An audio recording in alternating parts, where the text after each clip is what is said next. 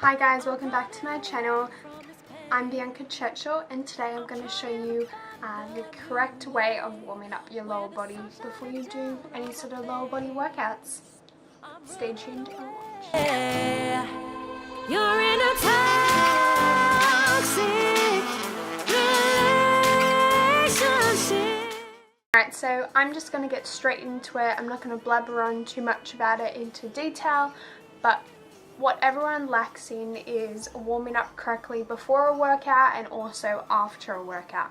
So a lot of these movements and warm-ups and foam rolling techniques that I'm going to show you, they both can be used beforehand and after. The difference is beforehand you're just really warming up the muscle, sort of opening up the hips a little bit, getting yourself a little bit more mobile. And then the after, so what you would do after you trained and just lifted some heavy stuff, your muscles are going to be smashed, you know, not too smashed I hope, but what you need to make sure you go do is start off with some foam rolling. So again, just sort of best foam roller to use is not a necessarily smooth one. It's one with a little like sort of teeth marks, a bit lumps in it, because what that's going to help, that's going to get into the fascia and help untangle any sort of knot in areas that you just did to yourself. So, and to prevent it from knotting as well.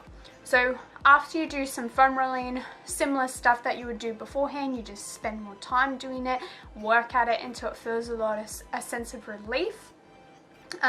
That's the difference as well. Like before, you're sort of just warming up, going over the muscles, getting some blood flow. After, you're sort of like spending the time relaxing the muscle, relieving the tension you just put on those muscles, and then from that point, after some foam rolling, moving some stretching, so warm up, and that you'll see in the videos I took. It's dynamic stretching. You're just moving within the stretch basically, and then afterwards you want to deep stretch, hold the stretch about minimum 30 seconds to about a minute depending on which one, and if you need to just spend more time to feel that release, and you'll feel it. You can feel the muscles will kind of freak out first, and then they'll sort of relax and they'll feel sort of a little bit looser and a bit more chilled, okay? So that's what you want to do before and after, okay? And that's the difference. So without further ado, let's get into the videos and you can see some of these movements. Alrighty, so the first thing that I do is I hop on a treadmill. I walk to about 5 to 10 minutes just to really warm up the muscles, get that blood flow pumping. Then what I move straight into is rolling out my lats. Now the reason being, it's not a lower body muscle, but you tend to use your upper body a lot when you do a lot of lower body stuff, when holding it, squats, all that sort of stuff. So it's necessary to make sure that they're nice and warm too. So I just rolled both of my lats at the same time, up and down, up against the foam roller. Then what I move into is rolling each side individually, each lat, my one arm directly above, so that lat that I'm rolling out, I'll put that arm up above, so then that muscle's stretched out or lengthened out, and I'm just rolling up against that lat, okay? Then doing the exact same thing on the other side. Then I go back to doing the double lat, so just rolling over them. And then what I'm going to go straight into is just sitting on the foam roller, and you can just see I'm just easily rolling my butt up and down, nice and simple, just getting some blood flow in there. And now that I've turned my body on the side and I'm rolling up and down the side of my glute, doing that on either side. So that's hitting those smaller glute muscles like your glute minimus and glute medius. And yeah, just rolling them out, getting some blood flow in them too. So what I've done here now is I've popped my leg on over the top of my other leg to cause more pressure on that muscle, so it will be more intense. It can be quite painful for some people, especially if they're really tight, and again if they've never done this before, so they're not going to be nice and loose. So you want to press down with all your body weight, and then plus having your leg up, and that should really help like smooth out and just, yeah, it may hurt a little bit, but you'll get a lot of blood pump there, so you'll be nice and warm. And you just saw me roll up and down my hamstrings, again just getting some blood flow. Now here, what I'm doing is my calves, and what you can see, I'm doing it in 3 sections. Well, I'm going to do it in 3 sections. So what I do first is kind of roll up and down that first part and do it 4 times. Then I point my foot 4 times. Then I do 4 circles in one direction and then 4 circles in the other direction, and sort of roll up it again. But I do that on a spot that I found that was a little tight. But yeah. And do that on both sides, and yeah, you'll generally feel the difference in those ones. It's quite amazing. Now what I'm doing here is I'm working on the inside of my thigh, okay, getting in towards that green area. Again, doing this one in 3 sections. And what I've done here is rolled just back and forth on one section. Now just each section sort of just going into it feels a little like looser, not too loose though, that's more the stuff you want to do afterwards. Then moving to that middle part, doing the exact same thing. Then moving in closer towards the groin, doing the exact same thing. Now we're going right in the groin, so it's like a little sort of, your legs are like this and you want to go right in that middle part there, okay? And you want to put the foam roller in here, and now what you're going to do, you're going to sort of do like a back and forth movement, and as you can see, it sort of looks like you're humping the foam roller, but that's fine. We're doing it's all for a purpose, it's not anything else. And then you're going to move side to side, but you're keeping it on that one spot, and you're sort of just moving up and down, side to side, but you're not moving it like this, you're just keeping it on that one spot and moving it around. So what you do prior to this on the one spot, you find a spot that's generally a little bit tighter, and you shouldn't have a problem finding that. And yeah, and then just doing those up and down motions, side to side, and just doing that until you feel a little bit looser, okay? Doing that, repeating all of that on the other side. Now this is all time consuming. I'm not going to lie to you, it's not going to be a 5-minute thing. Sometimes it can take up to 20 to 30 minutes, okay? But the more experience you get, I think it probably takes me about 15 to 20 minutes now. And especially beforehand, you don't need to spend too much time, you just need to warm them up.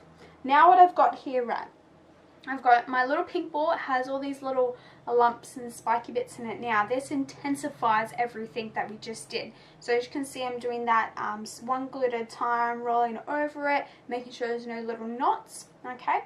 And then I repeated it on the other side. Very similar to what we just did on the foam roller, you're just doing it with this ball. Now what I'm going to do, as you can see, I just put it in my hip flexor. What I'm first and foremost doing is I'm pushing down with all my body weight, causing so much pressure and tension in that particular area that I just put the ball. And you sort of feel this build up of pressure, it will hurt, and then it will release. It's the best feeling ever. And then I move up and down, side to side, just making sure that area is nice and ready to go, and doing the exact same thing on the other side. Now, this is one of the techniques I love doing with all my clients. It's very effective, okay, because we always get lower back pain. Generally that's due to poor technique prior. But yeah, it's easy to do poor technique, so don't be harsh on yourself, okay? But anyways, so what I'm doing is there's muscles either side of the spine, and you're starting just sort of where the dimples are in your lower back. You're putting that ball up it, and you're just rolling one section. So you do this in 3 sections as well, all the way up to the top. Okay, you sort of stop just just below the shoulders, because you don't want to be rolling up your neck. That won't be good. But yes. So doing either side, rolling up and down the spine, you'll feel there's probably a few lumps along the way. Just unravel them a little bit, sort of loosen them up, but don't spend too much time because we're going to do this afterwards anyway. Alright, and now what you can see me doing is I'm sort of showing you where you're going to put the ball. You're going to put it on that side bit as well, so sort of where the glute medius and minimus is. You're going to put it right there because a lot of people get tight around that area. So what I first and foremost do is I'm pressing the ball up against the wall, just causing some pressure on that one area. And then what you're going to do is you're going to roll up and down around all over that side, and then move over towards the top of the glute, and then move all over the glute, okay? So again, just sort of what you did on the floor. This is just, you can put more pressure when you're up against the wall, so it makes it harder again, hurts a little bit more, and then repeating all of that on the other side, so just rolling all over the top of the glute. Now, what we're moving into is a dynamic stretching, okay? This is the pigeon pose, and as you can see, I'm moving within the movement, and just swaying back and forth and just sort of mobilizing that area. Now I'm reaching out to that foot, and as you can see, I'm shaking my foot, then I'm reaching over because that's going to help lower back and my lats just to release any sort of tension as well. Doing the exact same thing on the other side, shaking that foot. You'll feel it loosen up a little bit in the groin, and also sometimes behind the knee, okay?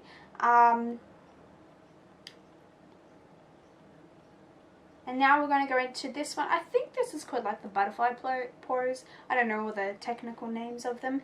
And what I'm doing here is, again, I'm just moving within the movement, sort of moving my knees up and down. I fast forward everything, so it's not super fast. You sort of want to take your time with it because you don't want to snap anything.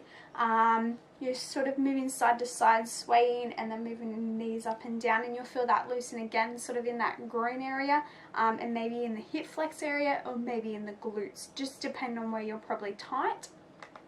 Now what we're doing is, actually I don't know the name of this one, but you're going in and out, again moving within the movement, sort of little pulses, little bounces. You'll feel it stretching the hamstrings when you go back a little bit, and then you'll feel in the groin when you lean forward. Doing that on both sides.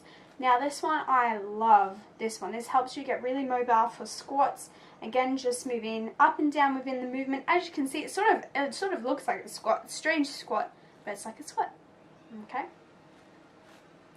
Alright, and that is all those movements that I have for you today for warm up. This is specifically all the movements that you saw, the tempo that you saw is for like a lower body warm up, but you also can use all these for after cool down as well to help relieve the muscles, not warm them up, not mobilize them.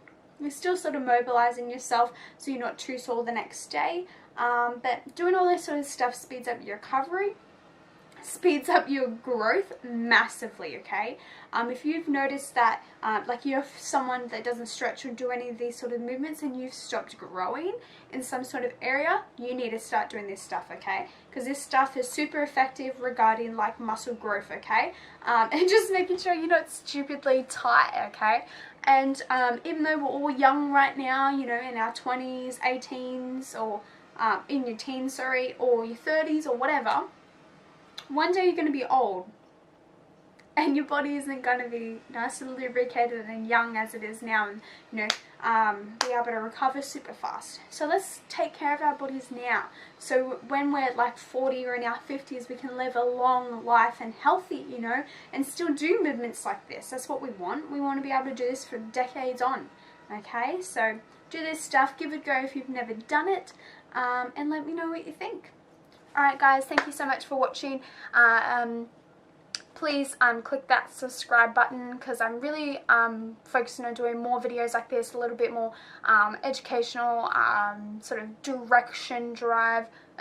direction ones that you you know, get a little bit more content from. But yeah, so comment down below if you have any other suggestions regarding some videos that I should do.